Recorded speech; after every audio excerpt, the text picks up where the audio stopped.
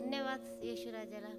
आणि ही माझी गवाही नाही आहे, नम्रताची आहे आणि तिच्या पप्पाची आहे.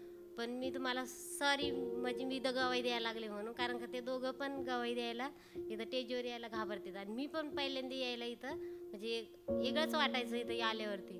त्यामुळं आता मला म्हणजे असं भीती नाही वाटत. मी त्या म्हणजे देवाने जे कार्य जीवनामध्ये आमच्या केलं आहे ना ते सांगायला मी इथं आले. आणि नम्रताना 5वी नव्हती झाली तरी इथून तिला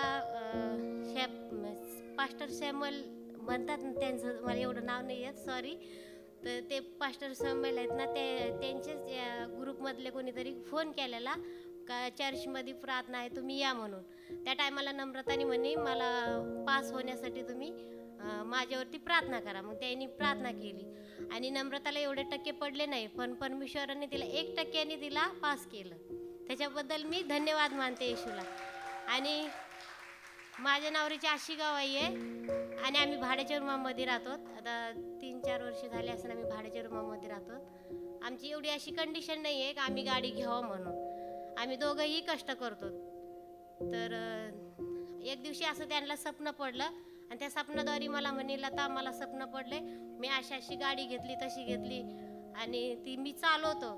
तर मी म्हणलं नाही तुला घ्यायची असेल म्हणून तू असा बोलला म्हणून. तर म्हणे नाही लता मला खरं स्वप्न पडलं. मग ते काय करायचे, ते स्वप्न पडलं तर मी म्हणलं तू देवाला माग, मग तुला भेटून जाईल. मग ते काय करायला लागले, रोज प्रार्थनामध्ये बसायचे. मारिया नम्रता वचन वाचायची ना, ते ऐकायचे आणि देवाला त्यांना तर प्रार्थना जादा येत नाही आणि ते पहिल्यापासून प्रार्थनेमध्ये त्यांना म्हणजे असं काय बोलावं म्हणून त्यांना कळत नव्हतं. मग ते प्रार्थनेमध्ये बसायचे, नुसते काय म्हणायचे, मला जे दिलंस म्हणजे जे मागितलं ते म्हणजे देतोस, नाही मागितलेलेही दिनसा देतोस. आणि ही छोटीशी प्रार्थना मी मुंबई महाराष्ट्रासाठी करतो. त्याला एवढंच बोलायचे ते. मग असे करून त्यांनी प्रार्थना 1 वर्ष कंप्लीट बसत राहिले प्रार्थनेमध्ये. संध्याकाळी रोज आम्ही संध्याकाळी 3-4 जण आम्ही घरामध्ये जेवढे एकटे राहतो, माझ्या 2 मुली, माझा नवरा आणि एक माझ्या बहिणीचा पोरगा आता तो येतो. तर आम्ही प्रार्थनेमध्ये रोज संध्याकाळी बसतो. मग त्यांनी रोज संध्याकाळी प्रार्थनेमध्ये बोलत होते का नव्हते माहीत नाही, पण ते नुसते तेवढी प्रार्थना करायचे.